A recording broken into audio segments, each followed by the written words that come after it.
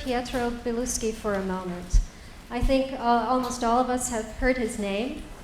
He is one of Oregon's most distinguished modernist architects, and this lecture series and the professorship that comes along with it was a donation by the Belluschi family to the Department of Architecture. We're very grateful for that contribution.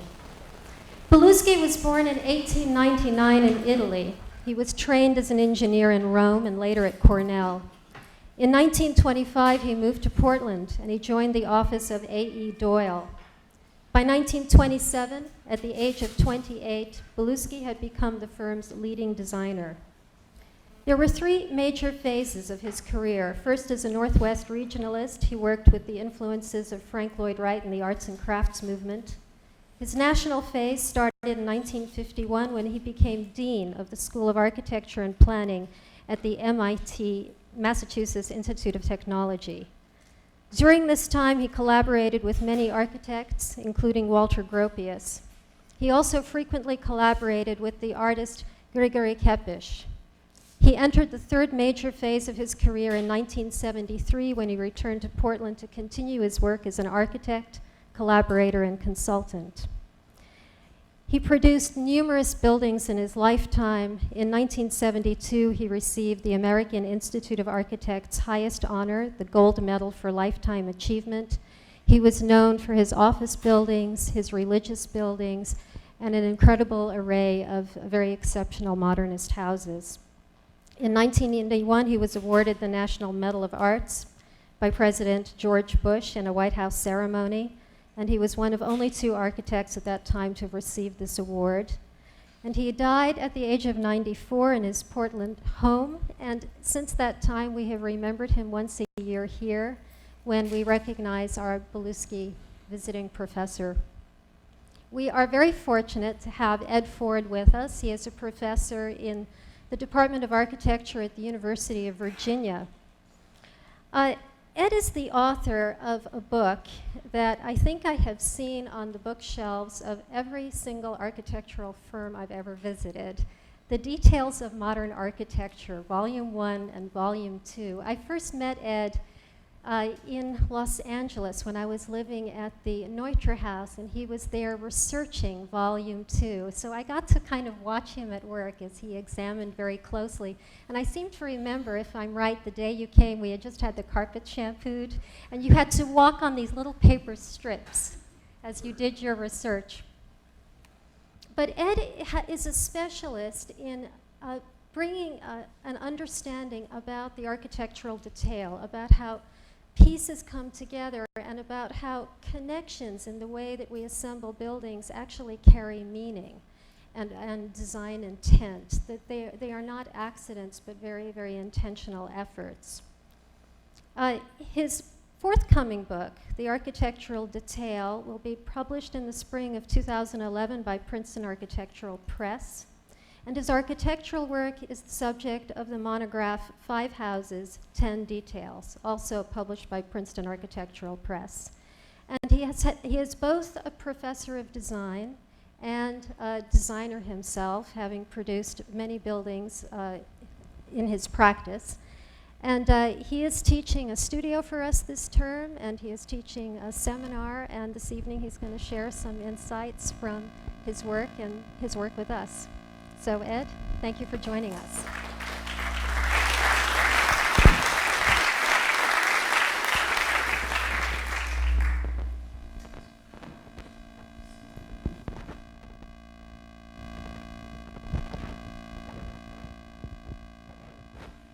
Is that okay? I think it needs to be close to clear. How we doing? A little better. Okay, how about that? More? How about that? Good. Okay. I want to thank the school for inviting me here for what's not exactly a sabbatical, certainly not a vacation, but a chance to look at your life through a different lens, I guess, might be the best way to describe it. Certainly want to thank the faculty and students for making Jane and I feel welcome here. And I want to thank Pietro and the Belluschi family. I actually work in a Belluschi building as a consultant in Campbell Hall. It seems odd that I should work at a Belluschi building. You don't, but there it is. And among other things, I'm using my time here to learn more about his work.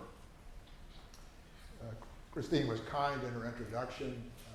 I'm a little short on credentials to do what I do. I'm really just another guy with an MArch. I don't have any credentials as a writer or an engineer. Which brings me to the subject of or the title of my lecture, at least the first part. I'm sure it's generally assumed that it means I'm an English major who failed.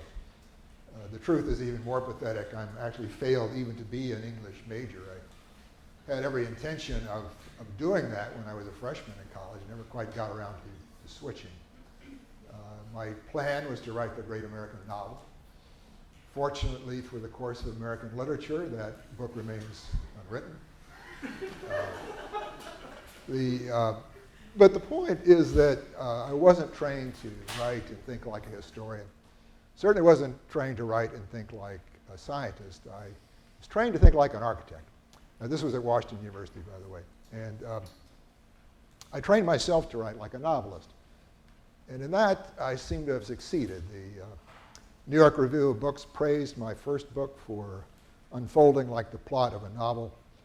Azure Magazine criticized my last book for reading far too much like a novel at times. So critics agree. I write architecture books like a novelist. They are divided as to whether this is a good idea or not. Well, does this matter? The part of me that's a designer or teaches design, I think understands that it's usually easier and better and clearer if it deals with absolutes. If you take a few simple principles and apply them consistently across a variety of problems and scales. And part of me that's a failed novelist envies the writer's ability to deal with nuance and ambivalence and complexity. Is there a way in which the attitudes of a writer can inform the attitudes of an architect? Well, the simple fact is that over the last 50 years, architecture and at least literary criticism have been very closely connected. Postmodernism was a movement that began in architecture and found its way into literature. Deconstruction was an idea that began in literary criticism and found its way into architecture. So in terminology, at least, we share a great deal. But that really brings me to the subtitle of my lecture. I think the lessons that we've learned from literature are perhaps the wrong ones. I think they're, in fact, simply that we have come to regard buildings as text, something I'll come back to. But let me start on a more positive note and talk about aspects of literature I found useful in terms of applying to architectural design. And I think you'll find this consistent throughout, that architecture tends to deal with things in rather simplistic, unitary, and consistent terms, whereas literature is far more able to, again, deal with ambivalence. And that there are moments where one crosses over into the other. Well, let's start with this guy. This happens to be my home university, the University of Virginia, and this is William Faulkner. And the first page of The Sound and the Fury.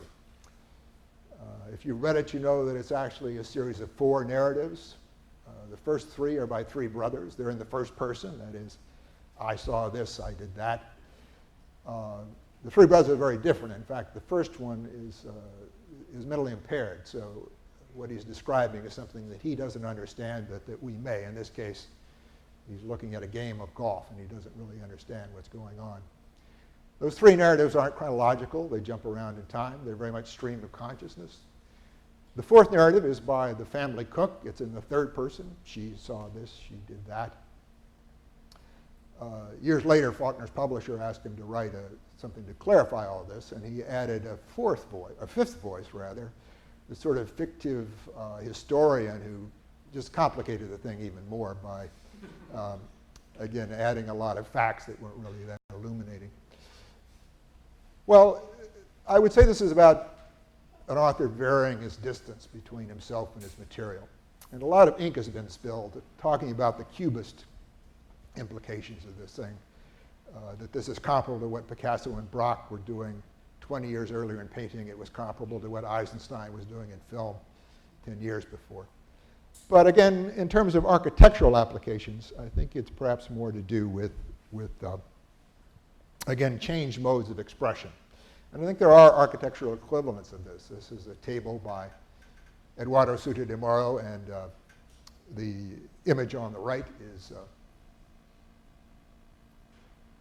this is called a tokobashira. It's a rather typical feature of a Japanese tea room.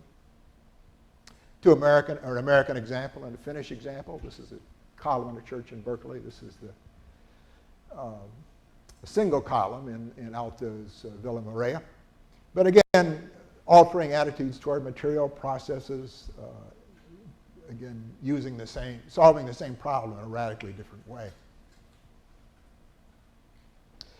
Attitudes toward technology, and again, this is where I think perhaps literature and architecture most differ. This is another personal favorite, a Russian constructivist poet named Vladimir Mayakovsky. Like all the constructivists, he really embraced the technology, thought it was a beneficial thing, but that didn't keep him from seeing it in an ambivalent way, or even in a poetic, ironic, and metaphorical way. As these two fragments show, he was very fond of attributing human qualities to the machines and mechanistic qualities to humans. Of course, Russian constructivism was a time in which literature and design came very close together, perhaps most of Indian modernism. This is Varvara Stepanova, a constructivist artist. This is a stage set. Again, this was the real fertile ground for this artistic or architectural lyric collaboration with the stage. The play was actually called The Death of Turelkin, but it would be more properly titled Furniture Joins the Revolution, because the pieces of furniture here are characters in this play, and they're far more human than the humans in the play are. They're somewhat ornery. This table collapses if it doesn't like what's being done on it, or if it doesn't like who's using it. This chair ejected people if they didn't like it what they're saying. And again, sort of animating things that would otherwise be inanimate. And again, dealing with technology and recognizing its benefits, but its sort of equivocal nature at the same time. In very sharp contrast to architectural ideas about technology, it's certainly a comparable movement at the same time in architecture as what today we think of as structural rationalism or even structural determinism. And it's a beautiful idea that if we pursue what's efficient in terms of material, what's rational in terms of structure, that we're going to arrive at the beautiful by that very process, that in pursuing one of those goals, we'll achieve the other. And it's, again, a very seductive idea that, again, that we don't create form so much as we discover it. So if you're Gaudi, you can find the correct shape of a vault by hanging a chain in a catenary. Or if you're Fry Otto, you can find the most efficient shape of a tent by dipping a wire frame into soap film. That we're channeling nature, that all we have to do is sort of put ourselves into harmony with natural forces and something aesthetic and beneficial and functional will result. I wish very much that the world were this way. Unfortunately, I think Mayakovsky and Stepanova had it right. Of course, structural rationalism is pretty much no longer with us, but I'm in a way afraid that the same thing could happen to issues of sustainability. I know if you're familiar with the World Earthship Community in Taos, New Mexico. It's building utopia out of old tires and Coke cans. All the buildings are passive solar design. They all have windows facing the same way. It's kind of lovable and frustrating and frightening at all at the same time. But like a lot of buildings with a technological underpinning, as they multiply, as they get applied at a larger scale, they become somewhat less seductive. This is a master plan for one of these World Earthship communities, which of course puts me in mind of these German housing projects of the 1920s, for exactly the same reason. They're designed to maximize sunlight, and there's pretty much an easy way, perhaps not the best way to do that. But in any case, I think we all could benefit, particularly in a technological way, by recognizing the forces of even the natural forces that we're dealing with and the communities that we build with them are going to at some point come into conflict with one another. This is another work by Suter de Moro. I think it's a wonderfully sort of technologically neutral work in the sense that it has all the different levels of craft, levels of finish, levels of precision, eras of technology, as it were. And it's not really neutral so much as it is the deliberate juxtaposition of these things. I think there are great benefits that come from being, again, by sort of allowing these things to find their own level. Well, regionalism, certainly almost mandatory in architecture for the last, I don't know how many years. Again, something that probably came there from literature. But again, what tends to be an architectural certainty in literature is something that is seen with far more ambivalence. Another personal favorite, this is Walker Percy. If you did a word search on Percy, you would find him described as a Southern writer who wrote one of the best books about New Orleans, The Moviegoer. He would bristle at both those descriptions. He would say he was a writer who happened to live in the South and that The Moviegoer was a novel that happened to be set in New Orleans. It wasn't that he was insensitive to place, quite the contrary. And he had excellent credentials as a Southern writer. His father was one of the sort of heroes of the 1920s Southern revival. But again, he recognized that placement in the world brings with it a kind of need for disconnection at the same time. He actually lived, this is New Orleans, this is Covington, and this is his explanation of why he lived there. Again, this wonderful statement that he called Covington a non-place in relation to a place, a relation that allows one to avoid the horrors of total placement or total non-placement or total misplacement. And again, I think this is just as true of Frost or Eliot or any of the great poets or writers we associate with a certain place, that as much as they are attached to a place, they bring with it a desire to be abstracted from it as well. The horrors of total placement. I am Pei in Doha. I think corporate regionalism is perhaps the one I find the least satisfying, let's say. But the idea of taking these sort of motifs from Islamic architecture and then applying them to the plan, the section, and of course the fountains and the benches of the building. This is certainly consistent. It is certainly a principle applied across a variety of scales. It could benefit for a certain ambivalence about placement in the world, I think. The interesting thing about all regionalism is I think if you look at buildings that we consider to be contextual, you often find that they have this characteristic, that as much as they're trying to locate themselves, they're often trying to do the opposite. This is a building, it's called the Barn for the Western Pennsylvania Conservancy. It's by Peter Bolin. I like his work. I don't necessarily think this is one of his best, but, and it is literally in the shadow of falling water, so you can't really blame him for trying to keep a low profile here. But it's interesting that it's doing its job of looking like a barn or being a barn, but the architect isn't satisfied to leave it. He had to add a trellis. He had to kind of louver up the outside. It's all kind of minimally or abstracted, as I would say, in a sense, to not only connect it to a place, but disconnect it at the same time. Well, if you're going to talk about literary architecture connections, you have to mention this one. I'm sure you're all familiar with Venturi's book, which I think was 62, 63. The Seven Types of Ambiguity was published in 1930. William Empson was an English poet and literary critic. It's an examination of Shakespearean and romantic poetry, looking at the ambiguities, and by that he doesn't mean confusion, he means multiple meanings. It's not that you don't understand what Shakespeare is saying is that you can understand it in various ways. And if you look at Venturi's book in this regard, it makes several references to Empson and to other members of what was called the New Criticism. But essentially, he was doing what doesn't seem to us a radically revolutionary idea, that is just simply taking ideas from literary criticism and applying them to architecture.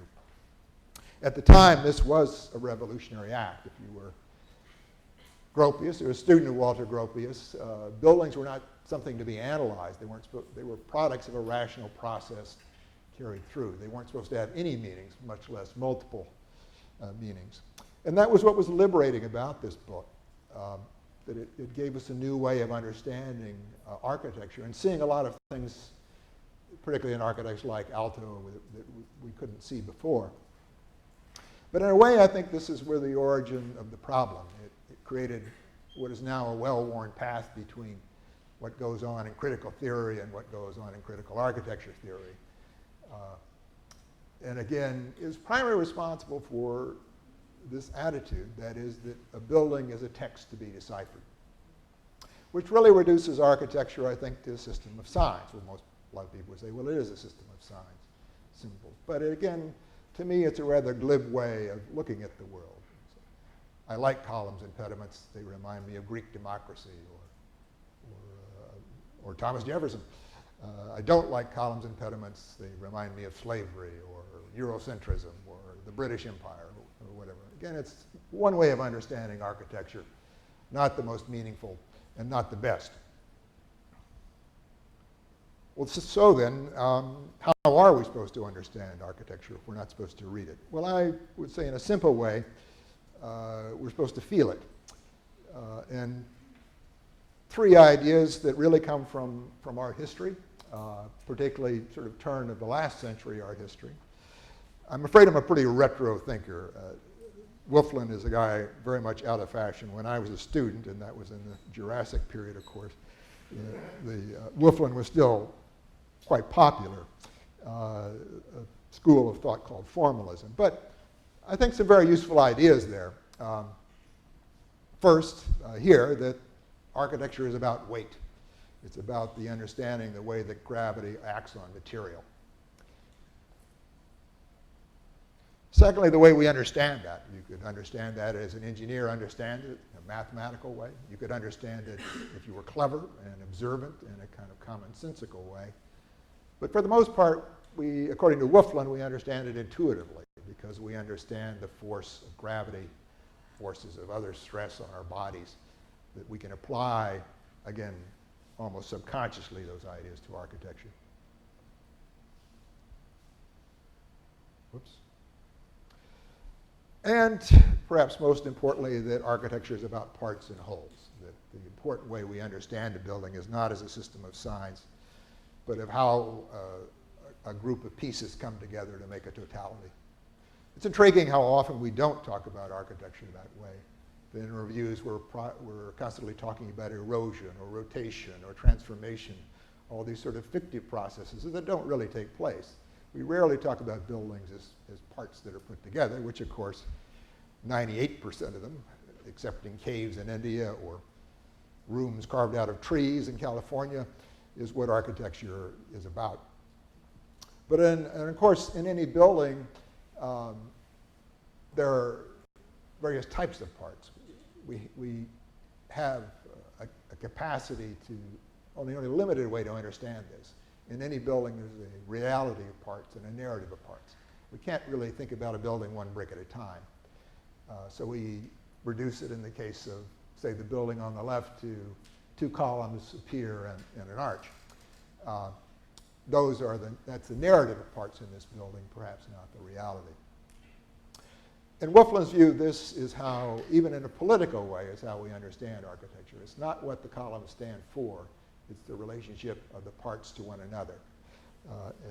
He greatly favored the kind of autonomy of parts that occurred in this case, Roman architecture, to the kind of subordination of the parts, as in this Borromini building.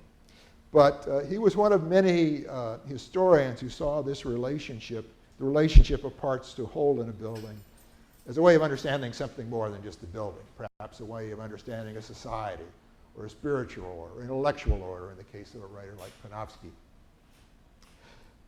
Equally important is that if you talk about parts, you have to talk about the joints between those parts. And again, another idea from German art history, in this case, Boehringer. Well, what do you see here? You see an ionic capital. Again, that's a sign. But in Boehringer's terms, you see a sort of sculptural infusion into what was otherwise a rather mechanical construction of marble. Again, an altered mode of expression, to use the term I used before. And again, an animation of the material at a certain point. And that, if I were to define detailing, or what good detailing is about, it is that. It is sort of isolated moments of animation within works that are otherwise static. And I don't think it's at all hard, although all the examples I gave you are from Boehringer and or Wolfland, and they all deal with classical architecture. It's not at all difficult to find them in modernism. This is Contrapposto in Greece. This is Contrapposto in David Smith in the 1960s. And of course, a lot of modern joints are literally animated. This is the juncture of the steel truss and the brick pier of Berlage Stock Exchange in Amsterdam.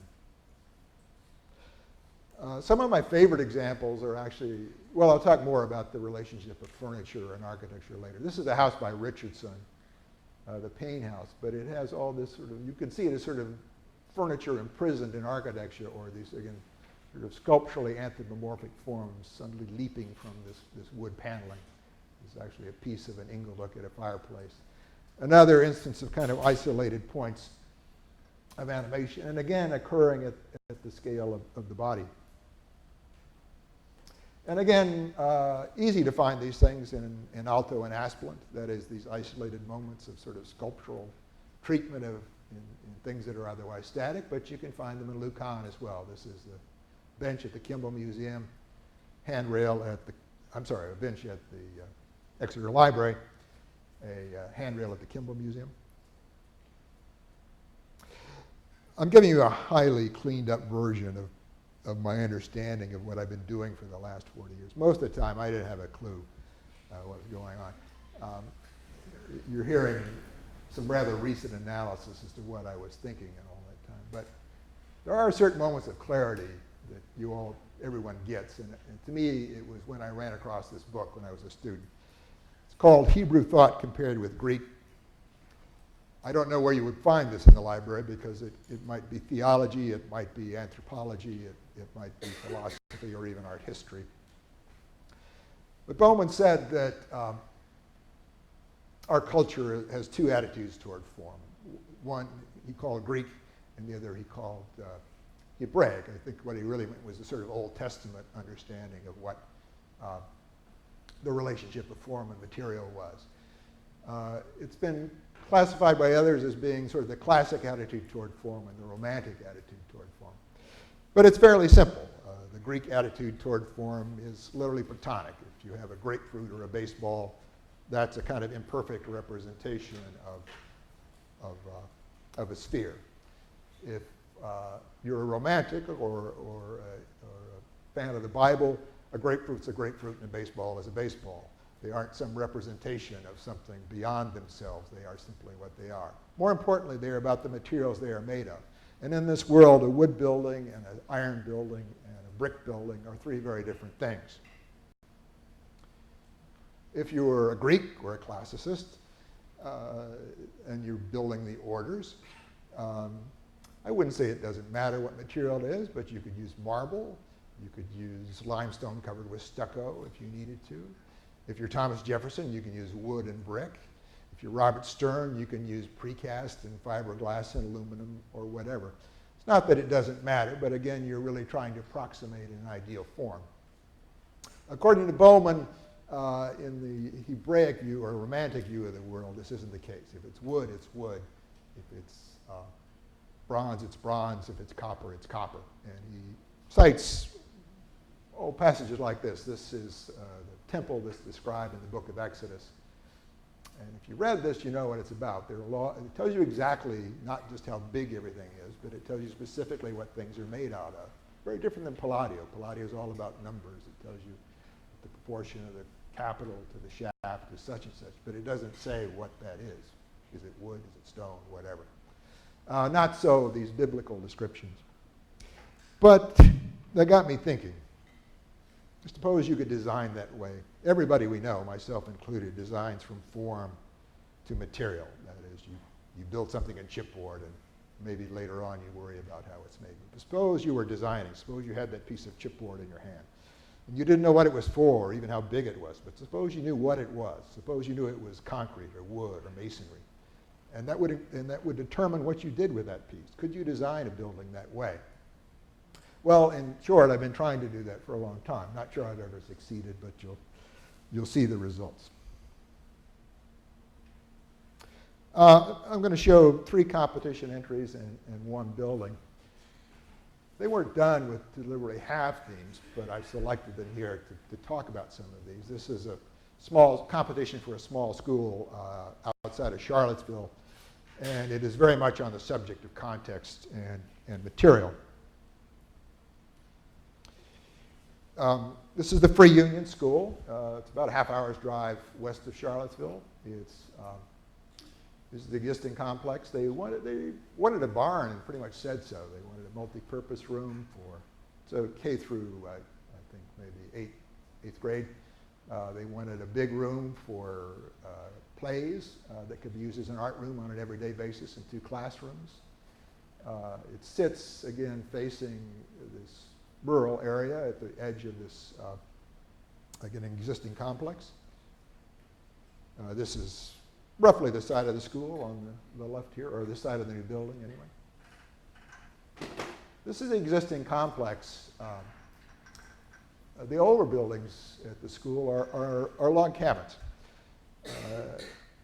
They aren't some rustic ruin that the school occupied. They were built in the 1950s by the teachers and some of the parents, and again, with a sort of pointed departure for the school. But they have no more legitimacy, you might say, than any of their neo-colonial counterparts that are nearby.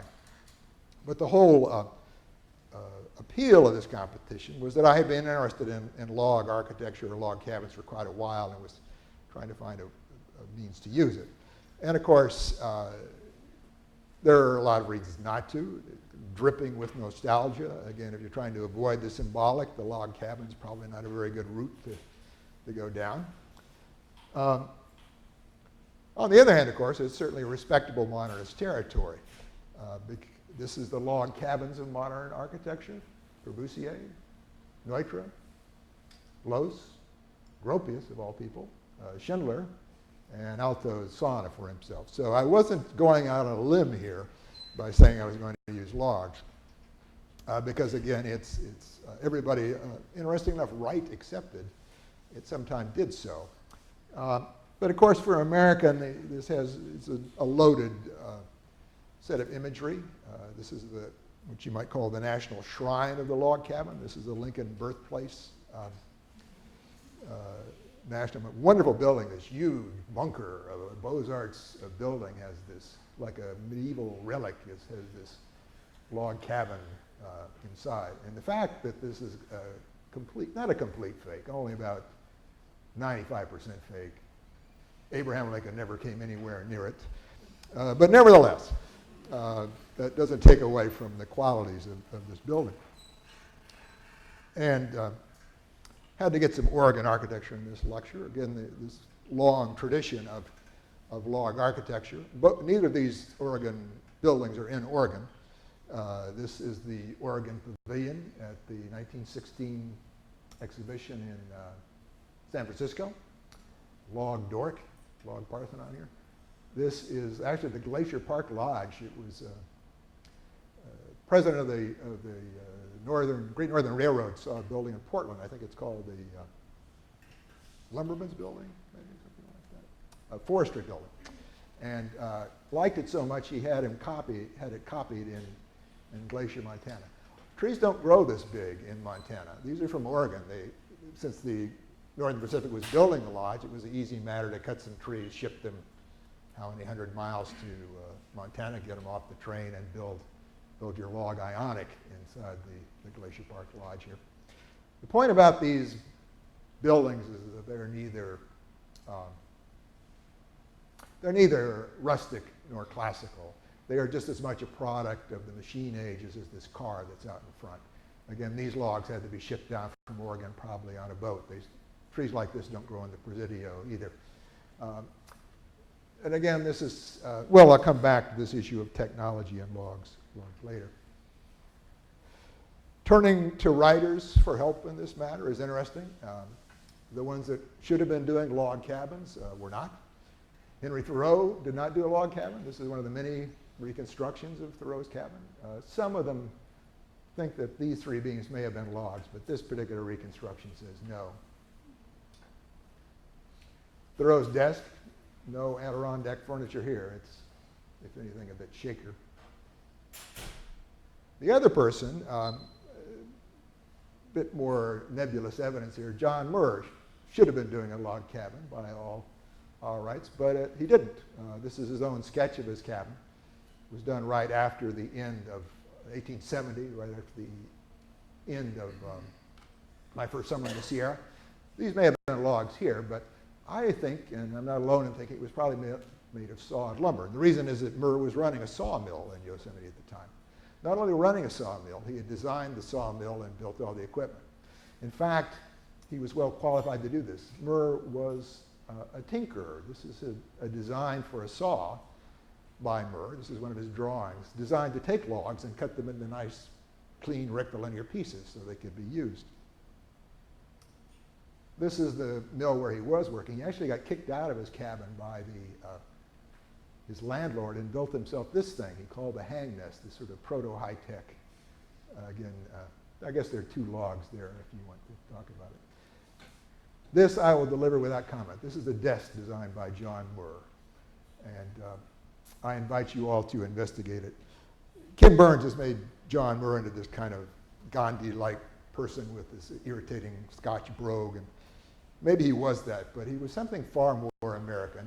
He was a gadget lover. He was a guy that liked to tinker. If he'd had a garage, he would have been out there piddling around because he had this great interest and love of technology.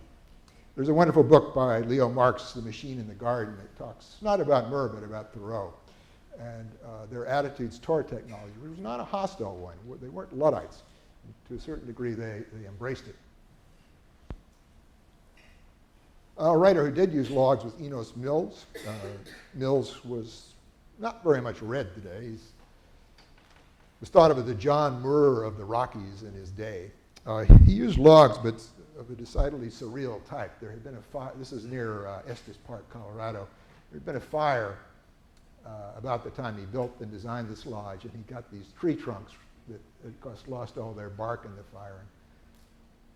Very reminiscent of Max Ernst in a way, these kind of surreal columns of the porch. But again, back to using them on this school project. In part, I used them because I consider them to be one of the truly industrialized building product in America. There were 3 years ago, there were 85,000 log home kits sold in the U.S. That's about 7% of the custom housing market in the U.S. The Lustron home, which is the most successful of the sort of prefabricated steel homes, only sold about 10,000 homes in its entire 5-year existence. So the 600 manufacturers of log cabins have succeeded where Gropius and Fuller and everybody has failed. They've produced this mass-produced, fairly low-cost system for building houses. Of course, there are lots of technical problems with using logs. They make pretty good columns. They make pretty bad beams because they're, again, as deep as they are wide. Technology has solved a lot of the problems of infiltration. And according to the Log Cabin Institute, a wall like this is about the thermal equivalent of a insulated 4-inch stud wall, mostly because of its mass, not because of its R value. But I wanted to use them in a decidedly different way. There's far more autonomous pieces. in part for practical reasons, in part for aesthetic reasons. What I really did was to build a steel building out of logs. I knew I would have to reinforce the logs, again, particularly to form beams. And of course, like most modern timber buildings, even if they're timber, the joints are made with steel because of the high stresses you get in a joint like this. So this is what a builder might call a flitch beam. It's a sort of ancient tradition of having pieces of steel with two slabs of wood laminated either side. Not very good engineering because the steel's in the wrong place, in the middle of the beam. That's why it's dropped down a bit here. And for the typical structural form, I used a rigid frame. Again, this is a type normally associated with steel. A good structural form for this fairly long span, but again, having two particular qualities. It has these animated joints, of course, because it needs to pivot both there, there, and there. It's rigid, of course, at its corners. This is from a structures textbook, because that's where the moment, where the rigid frame is literally located. But because of that, if they're designed in a minimal form, they taper toward the ground. It's sort of like a giant table. So they sit rather lightly on the slab and on the landscape. So again, this is some after-the-fact drawings of these things. I'd like to have a similar attitude toward graphics I have toward all technology. That I'm probably the last guy in America who still hand letter stuff. But anyway, no reason you can't mix in a little Photoshop there when you're doing it. But again, here's the rigid frame. Here's this center joint, the bottom joint. And this one is here. This one is there. And here's the basic assembly. Again, this was really just a loft building. 4 of these rigid frames, some more flitch beams on top. 2 classrooms built with squared off logs on top of that, and wrapped in, again, a conventional shell of studs and insulation. Looking toward the Blue Ridge. You can't quite see them from this site, but this is an actual picture of the site. This corner opens up for either performances or art classes. Again, looking back towards the school. Well, about the time I was losing that competition, another one came along on very similar grounds. Same, really inviting the same vocabulary in a more dramatic way. This was 2005. UC Berkeley and the National Forest Service had a competition for what they called a alpine mountain hut for overnight staying for backpackers. This is the Inyo National Forest. As I recall, it's about 5,000 feet up. And the site, it actually was a lodge inside the National Forest that had burned down. But they wanted to build a prototype for future huts like this that the Forest Service would construct.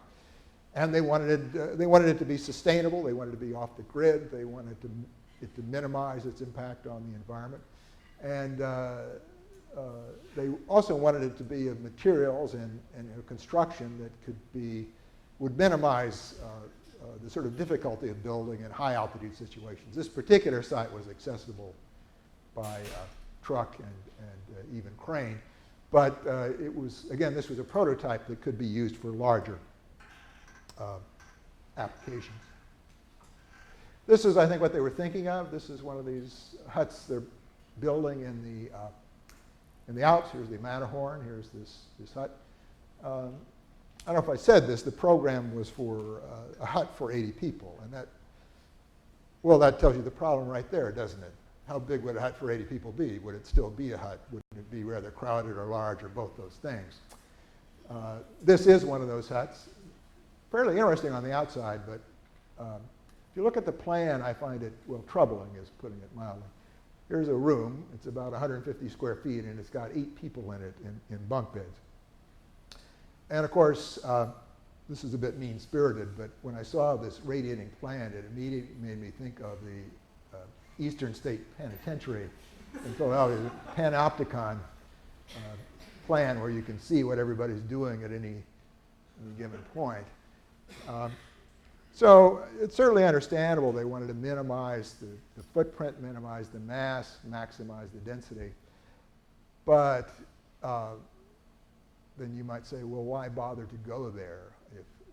If you enjoy camping, is this something you would want to do? And I don't want to be critical of camping. I should say I went backpacking with my dad. I went camping with my son. I went camping on my honeymoon. But it's a pretty strange activity if you think about it. You're sort of using one set of technologies to escape from another. And if your desire is to escape your fellow man, you're far more likely to encounter him camping, certainly here. Again, a great argument for staying home. I like to think of these as petrified tents. But again, as Luke Kahn would say, you need to go back to beginnings. And to me, curmudgeon that I am, camping it's not exactly about solitude, it's about self-revelation. And I think, again, going back to Murr, of course, had this very fundamentalist upbringing and was very familiar with this sort of repeating biblical story of whether it's Moses or Christ or, I suppose, St. Jerome or St. Francis going into the wilderness to be tested, to find themselves, and then returning sort of refreshed and renewed, or to find whatever their calling might be. My old art history, this is Bellini, St. Francis, I think this is about 1500. My old art history professor, Norris Smith, used to say this is the beginning of transcendentalism. St. Francis has left the town to come into the wilderness to have a spiritual revelation. He actually built some Adirondack style furniture back here, you'll see. But Smith used to say that you could substitute Wordsworth or Thoreau for St. Francis in this painting, which I think is true. It's far more difficult to place 79 other Franciscan monks there, however. Would this be the same? And again, it seemed to me that if this competition had a heart to it, it was to try to capture that experience regardless of the density or the numbers. Well, if a petrified tent isn't going to work, if you can't build a hut for 80 people, how about a lodge? Old Faithful Inn, everybody loves it. I tried a sort of high-tech version of this, some sketches, but seemed to be getting farther away from the problem at hand. So I went back to this. This actually is a trail hut. This is the type that the Appalachian Trail Club uses in the east. It's a basic lean-to. Wonderfully versatile building just based on the height of this platform. It can be a kitchen counter or a dining room table or desk or a bed or a bench. And again, the idea was to do one of these things and simply multiply it. So this is not really a lean-to, but this is my version of the same thing. Again, using this basic technology of the flitch beams and using very lightweight components. I don't know that one or two men could have lifted one of these things, but the idea is to avoid the use of a crane, to have something that could be moved into the backcountry without great difficulty and could be assembled rather quickly on or easily on site without the use of a lot of sophisticated tools. Obviously, again, I was looking toward a sort of animated joint, but also one with to give it autonomy to the parts. And it's a bit glib to say that I was looking for the same relationship with the parts to the whole in this building as I saw in this rather strange institution, something like a high-density hotel, but I suppose I was. In any case, here's the complete version with the flap that opens up. This isn't rustic Bauhaus furniture here. It's actually commercially available basket structures. They're extremely lightweight. Again, trying to find something that could be moved into these sites without great difficulty.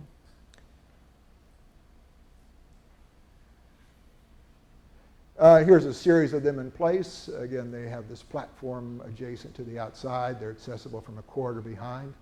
There's a wood pellet stove back here to provide heat. And there's all the things you would expect to see, a green roof. A lot more of a foundation than I wanted to have, but I'll come back to that. There was also a need for bigger program pieces, dining room primarily. And in this case, looked at a slightly different system. That is one that could be transported, could be manufactured mostly off-site, using one of these rigid frames, again, not wider than a truck bed so that you could do most of this off-site and assemble on-site. But this was also part of this passive heating system. This page is from a manual of a company. It's called the OM Solar Company. It's a proprietary system. It's fairly simple. You have a hollow roof. I think it probably has to be a metal one. It heats up the air that goes up into this attic that's then blown by a fan down into the crawl space, where you need some mass, some thermal mass of some kind to store up that heat, and then it's radiated back into the space at night, either by natural ventilation or by use of a fan. Never got that far with this competition, but they claim that you can use solar panels to provide enough power to do all this blowing. Here's my adaptation of that system to the dining hall. Again, here's the double cavity, the heat collecting cavity, and then this fan that blows it down into the crawl space. Here are the two parts put together. Again, these little lean-tos, if you will. The wood pellet stove. There's one over here that didn't find its way into this rendering. The dining hall here. Again, this is the big scale construction system, the smaller scale system. Here's the structural parts. Again, this is the small scale backcountry system, the larger scale, sort of what you might call the institutional system. And the architectural parts, again, I think probably 8 of these rooms, bathrooms, the main dining area, and again, the 2 stoves. Wood pellet stoves, of course, don't use firewood. They use these sort of compressed bits that, again, can be packed in. This unit still only gave me less than 40 people, so I had to put 2 of them together. The views are this way. The sun's coming from this way. This really ought to be rotated more to the horizontal, but to give it a direct southern exposure. This is where the metal roof is located, but that would have really plowed it into the hillside here. This is the rectangle formed by the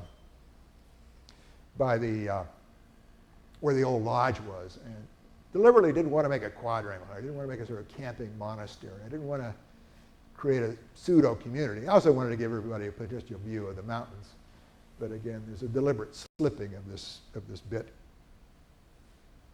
Here's 2 of these dining hall units, and this big green duct is what is again, the part that takes the heated air down to the crawl space. This is a view from that you get coming down the trail. Again, here's the heat collecting device, and of course the water collecting device, which is mandatory here. And a view of one of the units from the other. It was to be used year-round, so of course, at that point, these would all be closed up, and the pellet stoves would be going. Well, this next, I'm actually going backwards in time for thematic reasons, but this next competition had to do with architecture and furniture. And it began, I was actually working on my first book in Vienna, and I visited this building. It's the Vienna State Library. It was the Emperor's Library. And I had been looking at one of these wheeled microfilm readers all morning, and they literally make you seasick after a while if you've ever used one. So I was feeling a bit woozy when I went here at lunchtime. And maybe I wouldn't have seen this otherwise, but it's a wonderful building. The books are arranged by size rather than subject matter, which looks a lot better. I always think, well, you finally find your little pocketbook up there, and you realize it's actually over there. But in any case, 2 orders here, the big Corinthian order and a smaller order that has a Corinthian capital, but something like a table like here. So there's a kind of netherworld of, say, furniture and architecture overlap between these pieces, which have far more to do with the parts down here than they do with the part of the architecture. Not long after that, I went to a lecture on furniture, and I'm not sure what prompted this comment. It was a guy lecturing on, Regency era furniture, and somebody asked him about Frank Lloyd Wright, and he said, well, Frank Lloyd Wright really didn't design furniture. He just did little tiny buildings. And I found that irritating, but it's actually pretty right on if you've ever, that's what a Frank Lloyd Wright piece of furniture is, a little tiny Frank Lloyd Wright building. And so I thought, well, what is the difference then? If that's not the way to design furniture, how do you do it?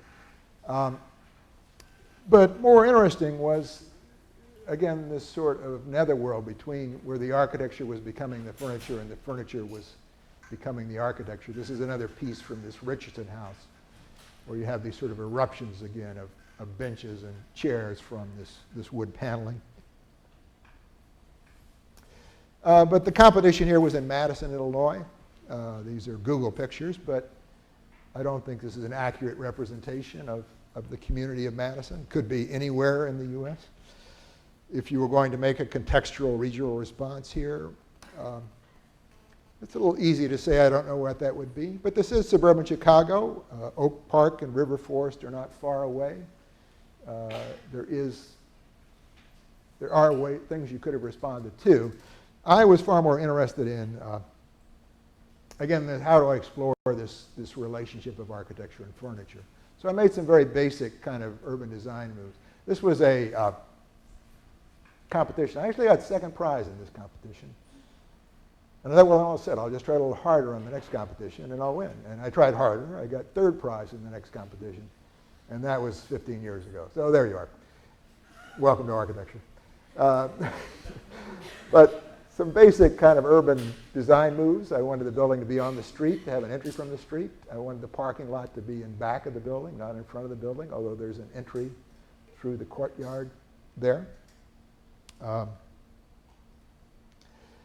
But the design was really driven by two things. One was what I call the wall of books idea. And if you look at the great library designers, Asplund, Alto, Labrouste, they rarely do the kind of libraries that you see over here in your library. You don't see these stacks of books that are 5 feet in 5-foot rows. Books typically line the rooms. They're the walls of the room. The books in the room are one. That is, they literally define the space. And that was the first objective. Now, that's obviously not a very efficient way to lay out books in a room. But that's what created these parallel rows. They're 2 stories high. They have bookcases on either side. And there are 2 banks of those on either side of a courtyard. The second idea had to do, again, with this creating architecture out of furniture or transforming architecture down into furniture at the same time. So laid across this grid are 9, I call them study carrels. They're a bit oversized. Each one has a table. Each one has a chair. And they divide this space up. There are 3 that make these 2 reading rooms, double-height reading rooms on either side. And 3 more that become almost freestanding in the courtyard. Again, this is an enlargement of one of these. They're 2 stories tall. And again, this is this wall of the carrel that divides up the reading room. Here you can see the double walls of books and these 3 carrels that march across the courtyard. Each one has a table and a chair, and in each case, the parts of the table and the chair are extended to sort of merge with the structure or take on other roles. I didn't have time to design my own furniture. I'm not a very good furniture designer anyway, so I borrowed one from Breuer, another from Scarpa here. But they're all sort of transformed. The Scarpa arm goes wandering off toward the table here, and the leg goes down toward the column below. Here you can get a better idea. The leg of the Scarpa table merging with the column. Likewise, the pipe of the Breuer chair. And of course, they occur on the facade. One of the characteristics of classical buildings is they have all of this stuff that tell you how big. They have balusters and railings and windows and doors. They have all these elements that just simply tell you how big that building is. And of course, you can play around with that. But I didn't see why modern architecture couldn't do the same thing, that it couldn't use these kind of person-sized elements to create scale on the facade. Again, here's the ground floor that I just talked about. This is the upper floor. I think that's why I lost this competition. The winner was a 1-story building. But there's another set of 8 double rows of tables across here. They form reference desk here, and they form. Fascinating thing about furniture is it also has to be monumentalized. You have to make a judge's bench or a throne or make a table into an altar. But deliberately decided not to do that. So these tables that occur in the conference room and in the president's office and in the sort of community conference room are the same tables that occurs in the other parts of the library. This is a slightly different version, in this case a Mies chair. But again, the leg of the Mies chair turns down to form the flange of that column. And of course, they also march along the front facade of the building. So you can get a better idea of that. Well, that brings me to the house. I should say one of the things about the house is it's maybe the only thing in my life that I did for its own sake. If you're an academic, I think everybody feels this way. You're always doing one thing so you can do another thing. You can write a book so I can get tenure, or I serve on the admissions committee so I'll have a job, et cetera, et cetera. So I didn't do this house thinking, well, I'm going to write a book about this after it's done, or I'm going to do anything. I'm just doing this house so we would have a house, or that we would like for its own sake. Having said that, of course, I immediately wrote a book after I finished the house. But that wasn't why I started. Charlottesville, here is downtown. The university is right here. Here's Jefferson's Rotunda and the lawn. This is the Belluschi building. All the Belluschi buildings in this plan are red. That's the architecture school. And my house is right there. Charlottesville's similar to Eugene in the sense that even areas that you might think of as urban are just really kind of high-density suburbs near the freestanding buildings, small lots, eighth to a quarter of an acre. And this is the area we were working in. I did, how many houses did I do on this lot? I wrote about 5 of the houses I did on this lot, and don't worry, I'm not going to talk about them all. But these are the 5 that are in the book. I'll say a little about these 2, and then a bit about the one that we did build. Site planning in the real world. This was a lot that wasn't built on for years because people didn't think it was worth it. These smaller buildings are mostly rental units built by developers. This is the basic lot here, this kind of fat L. It was actually 2 leftover lots. It's traversed by either streams or storm sewers, depending on how you look at the world. It also had a lot of sanitary sewers going across it. There was a great big manhole in the center of the site when we bought it. And it's not that difficult to relocate sewers or even that expensive. But even after doing that, this is what we were left with. Here is the outline of the lot. This green envelope is what is a buildable area by the Charlottesville zoning laws, which has setback requirements and so forth. This blue area is the area not covered by sewer easements. So if you superimpose those 2, you get the buildable area, which you see here, which you can see I have occupied about 75% of. Someday I'll design a little trapezoidal building to go in this little piece I have left over. But this is roughly the shape of all these houses. And again, there wasn't really a lot of choice in the matter. We wanted about 3,000 square feet, and that meant a 3-story building. Planning was pretty easy. Kitchen, dining room on the ground floor, guest bedroom. Living then had to be on the 2nd floor with the master bedroom. And then on the 3rd floor, my son's bedroom and the library. So that, again, took maybe less than a day.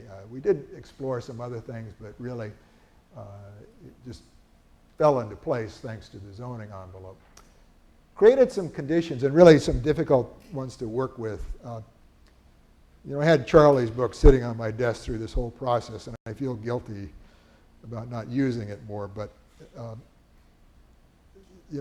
accommodating climatic needs in an urban site like this is extremely difficult, or even just aesthetic needs, because this site is placed way over at the east end of the lot. And the views, if you can call them that, are actually toward the west. Well, west is not a great orientation anywhere, but particularly not in summertime Virginia. But nevertheless, that's where the views were because that's where the garden was. It actually is okay except for middle parts of June. And again, there was good light on the east side, but we were literally about 15 feet away from our neighbors. So, and then again, the south side was also the public side of the house. So we struggled with a lot of these things. In the end, I think ventilation played a big role in it. Less so, I think the responses to the site were far more about the sort of immediate conditions than they were about the climate. Again, this is the first of these houses. It's the most about the site, and also the ones that's really the most abstract in the sense of hiding a lot of its construction. It's really just simply a series of clapboard planes laid across the east-west axes of the site with openings to the east and the west. Again, glass block on the east because the neighbor's house is right there. But actually works quite nice in terms of the morning sun. Some models. Called these the $1 million schemes for a variety of reasons. Early models of the living room, but some ideas that really resonated through the scheme. 2 fireplaces and 2 axes. A library above the living space, or rather a space that was one in which they were one. I have a lot of books. Building a library would have been a bad idea because over time I would simply have moved all the books from the library into the living room and not reshelve them. But anyway, these sort of, again, you might say it's an idea I got from Asplund, this sort of balcony, very much like the library I did, in fact, is these sort of corridors of library above the living room. I had an idea about multifunctionality in this house, that I would use these chimneys as structural supports for things besides the chimney, that I would have these round beams that would also serve for air supply. But most of what goes on in this house technically is hidden. I spent 15 years in an architecture office, and what I learned there was quite simple. I learned how to hide technology. I learned how to do windows without frames, and how to do drywall without trim, and how to make put air diffusers in places where people wouldn't know they were there. It's a lot of what modernist architecture detailing is about. Again, windowless or frameless windows, minimizing things like copper coping so that they don't show up on the facade. There was, of course, and again, this is what detailing is about, an effort to reveal other things. Again, the chimney, this sort of column, duct, beam affair, and another beam out here, which is not doing a whole lot. I've dubbed this the Swiss Army knife scheme.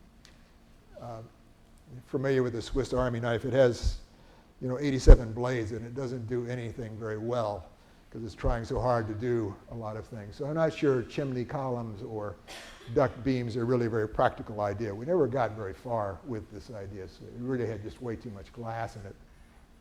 But anyway, this is the third house, and it was mostly about joints. Some of the elements are still there, but there was a lot more about technology. This was technology the purest, you might say, and it's a conventional modernist building. It had a very, very explicit structural frame and a very explicit non-structural infill.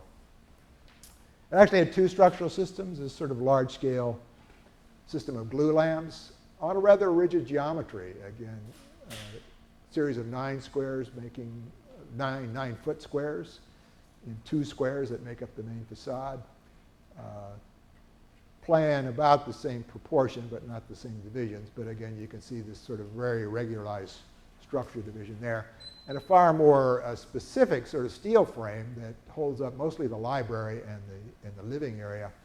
Much longer spans, but far more specifically designed. Each piece, all the beams and the wood structure are the same, as are all the columns. Each of these pieces is sized according to its need.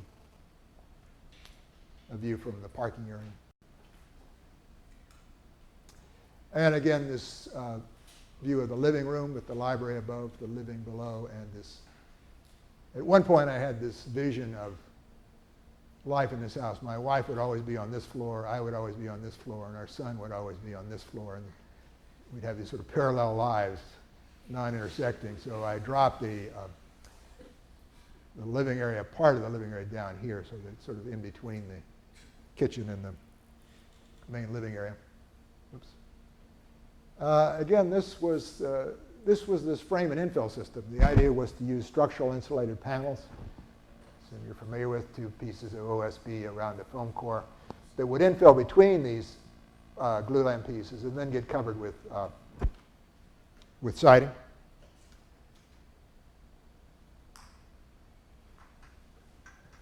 In the end, well, just for cost reasons, that wasn't done. But the final design, which is much closer to this, is far more ambiguous. That is, actually the stud walls here, they're noising to make this column out of glue lamp because it's concealed. But the stud walls here actually do the diagonal bracing that I thought these cables were going to do, or that the SIPs could have done in any case. Far more difficult in a house like this to talk about what parts are structural and what parts are not. You might say that's an advantage or an opportunity and not a problem. But in this case, for me, it was at least an intellectual problem. This was actually, I was assured by the SIP guy that we could make this big vault out of this materials. I know Bill McDonough tried to do this, and it is possible, but it's not quite as easy as just sliding all the things together. Again, these are versions of this big plywood Ronchamp roof. This is the house that was done. It has, you might say, all the elements, or the other, not all the elements, but a lot of them are here. Ground floor plan. All the basic 2 structural systems are there. The big steel parts and the glue lamp sections as well. Again, 2 basic structural systems, the steel system, the wood system. I should say something about the contractor. East Contracting, before they worked for me, built houses for W.G. Clark and Peter Waldman and Judy Kennard and Robin Drips. And why, after that, they took on working for me, I can't imagine. They made a good living doing far more standard, quote, houses in Charlottesville. I never had the courage to ask, thinking they might actually think about it. This is the head carpenter. His name is Kenny Morris. And the Morrises are the oldest family in Charlottesville. They're long before the Jeffersons. Kenny chews tobacco pretty much all the time. And this stage, I was there pretty much every day. And he'd ask me a question about the house, and I'd answer. And then he'd walk over to about where he's there and lay out a big wad of juice on the lawn. And I never knew whether that was some sort of comment on my answer or whether it was just time to get rid of some tobacco juice. But anyway, thank you, Kenny, for doing what you did. Again, this is the regular grid of glue lamps. You can see it in the house. Actually, they ended up slipped. I put in a lot of the lighting in these areas between. There's a lot of exposed conduit in the house, but you don't really see it because it tended to occur in places like this. And again, this is the finished version. Kind of construction, I suspect, is very common around here, fairly rare in Charlottesville, that is thick deck and glue lamp beams. This is this joint between again, the beam and the column. The column is concealed, the beams are largely exposed. Not easy to wire a house like this, but actually we didn't have any major problems because you don't have any horizontal strata to run the conduit through. There is a lot of exposed ductwork, a lot of exposed conduit, but really a fairly small percentage. If you took away this plywood, you see this huge kind of intestines, ganglia of all the wires that go to make those lights work. But again, here are the 2 systems together. And the steel system, which again is very different in character, triangulated, far more autonomous parts, far more animated joints. I didn't know what the University of Oregon colors were when I designed this house. But it goes to the larger subject of this lecture because people I know find all kinds of symbolism here that I didn't know was there, like the V for Virginia, or the W was some sort of political comment at the time, and that these windows were some sort of thumbing my nose at the neighbor. I never thought about any of this stuff. I never even thought that anybody would look at it that way. Maybe I'm missing the symbolic gene of my cognitive processes, but I'll come back to the colors. Again, here, the structure is never completely visible, but again, these two big beams are what holds up the library over this 30-foot span over the living room. And again, the basic elements of these two fireplaces and two axes are still there. And again, a desire to sort of capture the quality of this is Barron's, this is Berlage, these sort of animated modern joints in a building. Of course, some of the joints really are animated, like this one. This one is rigid, but so it's just kind of styling around it. But again, this joint is outside the building, this joint is inside. This is sort of intermediate scale steel structure that makes possible all the transparency around the dining room table. But another set of joints. Notice the ducts here and the table that extends out. I'll come back to that. Well, this is this infamous table that goes through the wall. Someday, we're going to build a patio out here, which will make it, it's rather high right now. It's about bar height. Okay? You'd be surprised how many people, at night, of course, you get these reflections. And more than one person has sat here and said about, he says, you know, with the reflection, it looks like this table just keeps on going out into the yard. Could have saved a lot of money in this sort of mirror.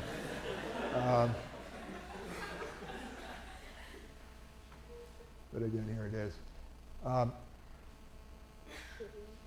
Notice again these ducts. Again, a very small amount of exposed ductwork. They go up over the table and up behind the fireplace.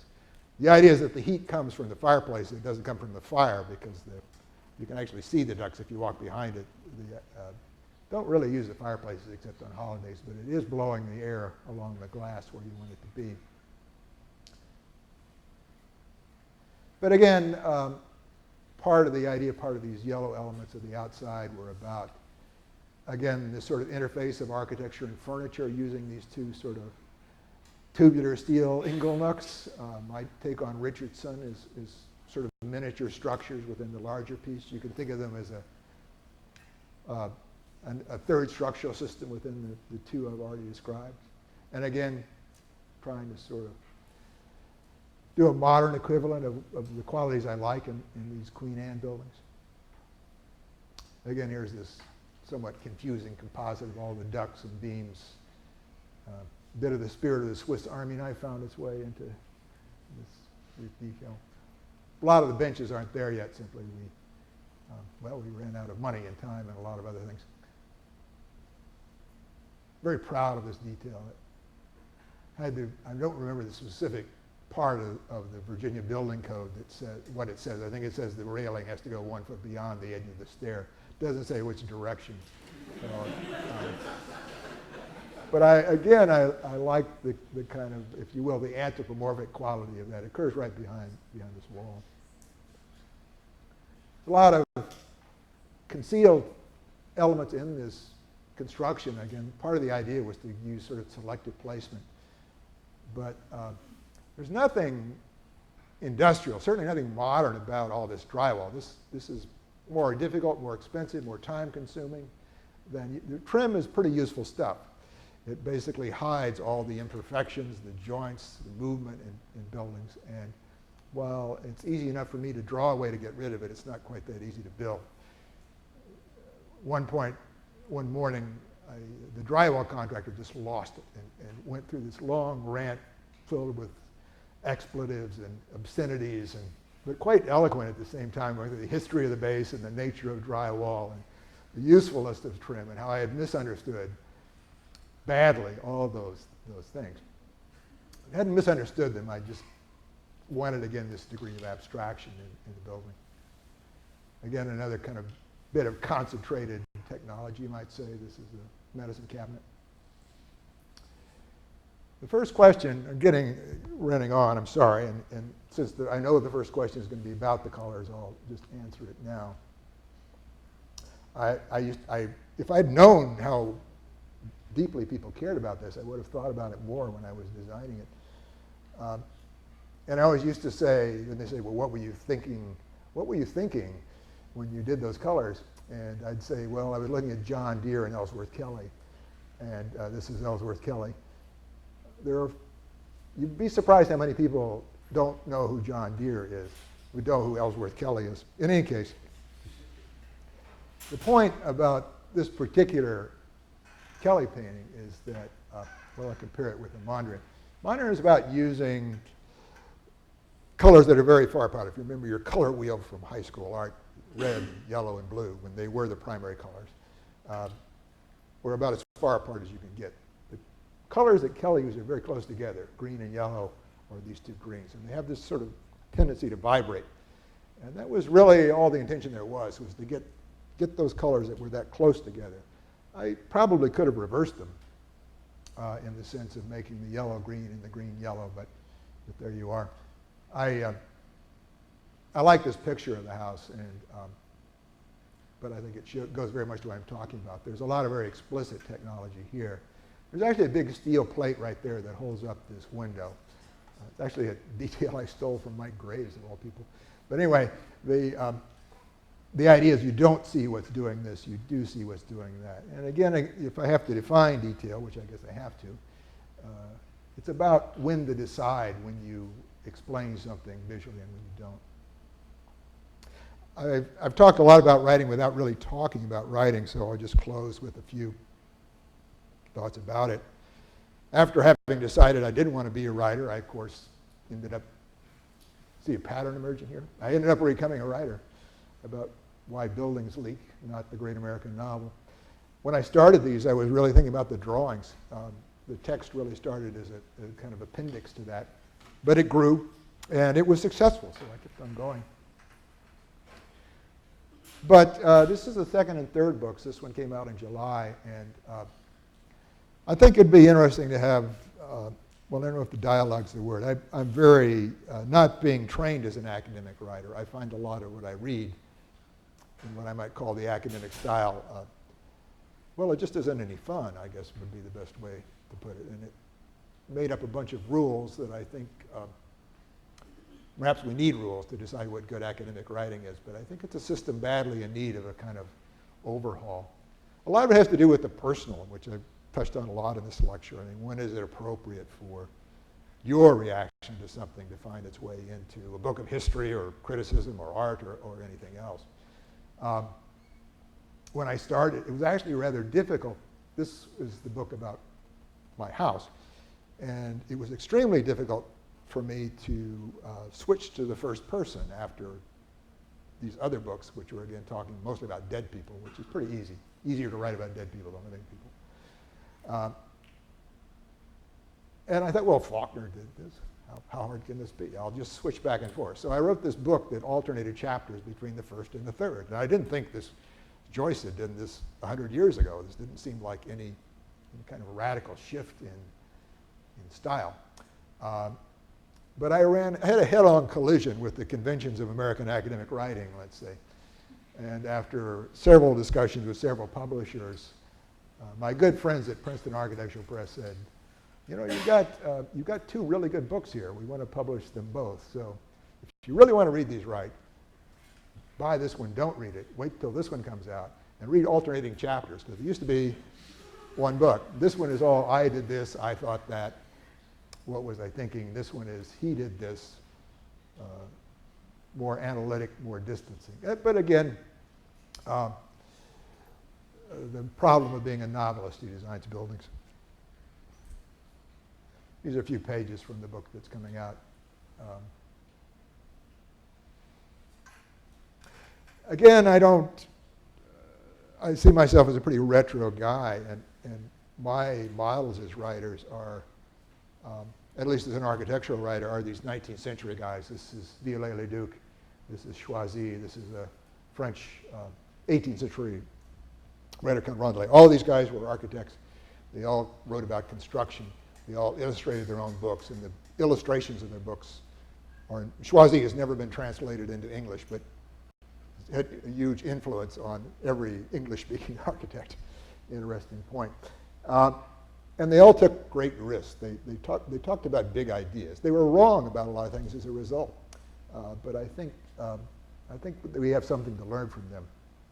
So again, I don't think I've done anything original as a writer. Rather, I've sort of gone backwards in time, I hope. Well, I'll end with this.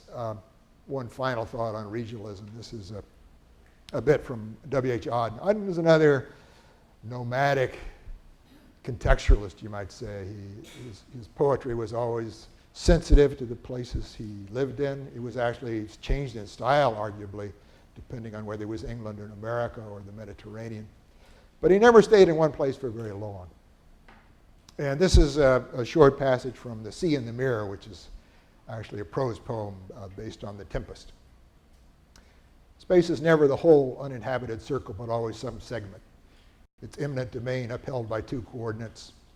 There always has been and always will be not only the vertical boundary, the river on this side of which initiative and honesty will stroll arm in arm wearing sensible clothes, and beyond which is a savage elsewhere swarming with contagious diseases, but is also its horizontal counterpart, the railroad above which houses stand in their own grounds, each equipped with a garage and a beautiful woman, sometimes with several, and below which huddled shacks provide a squeezing shelter to collarless herds who eat blanc mange and have never said anything witty. It is thanks to them that we know with whom to associate, make love, exchange recipes and jokes, go mountain climbing, or sit side by side fishing from piers. It is thanks to them, too, that we know against whom to rebel. Thank you.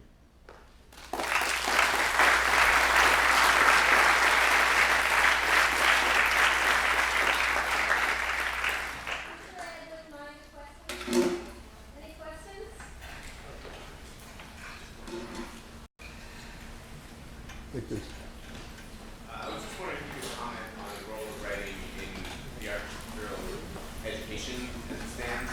I'm not familiar with how it's treated in other institutions, but I was wondering, as far as the design process and architectural education, if it has a role. Well, I think we all wish that it did. I think even within,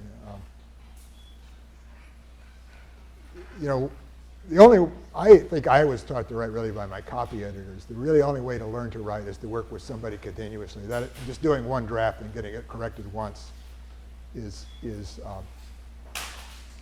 not really a way to do it. So if you want to do it, you really have to find somebody that maybe like a creative writing course might be more useful than a technical writing course. But it's a problem because it requires a lot of one-on-one instruction, a lot of time, and a lot of false starts. And it can be frustrating. Do you want to revise your paper 15 times in the course of a semester? So I don't know if I have any good advice for you, except keep on doing it. One of my problems with conventional academic writing is, to me, it's pretty much an acoustic process. Good writing, to me, sounds like good writing. It's not just about clarity and so forth. I'm not being very helpful, but it's something you should try to do. It's not something you're necessarily going to find in academia either. It's one of those things like drawing or any of the really deep architectural skills. School can get you started, but you have to look at it as a longer commitment.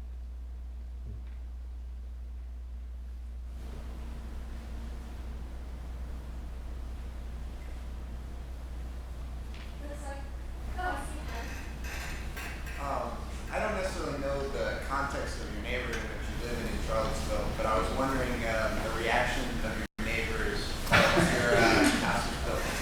A lot of them are architects, actually.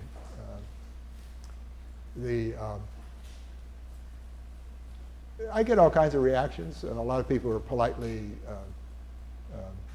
silent about it. A lot of people just drive by the house and say, "I love your house." Actually, they usually say, "My kid loves your house." I'm not sure how to take that. I think it's good. One guy did. I was out in my yard one day, and one guy in a pickup with all kinds of bumper stickers on it made a point of getting out of the car and telling how much he hated it and how I represented all that was wrong with the world. But I'm not sure I was the problem there. But again, it's in my town. There is a larger, I think, issue about the historic district. I'm not in the historic district, but there are modern houses that are. among the community, it's a big issue because the attitude there is if you have an old building, you have to, you can't make a change to it that's insensitive. But if you're doing a building from scratch, that's fine. You can do whatever you want. And the community has problems with that concept, like why you can do a modern building if it's on a vacant lot, whereas if you have a historic building, you have all these limitations. So you've got to have a slate roof, you know, instead of asphalt shingles. But anyway. Thank you everyone for coming. Thank you, Ed. Thank you.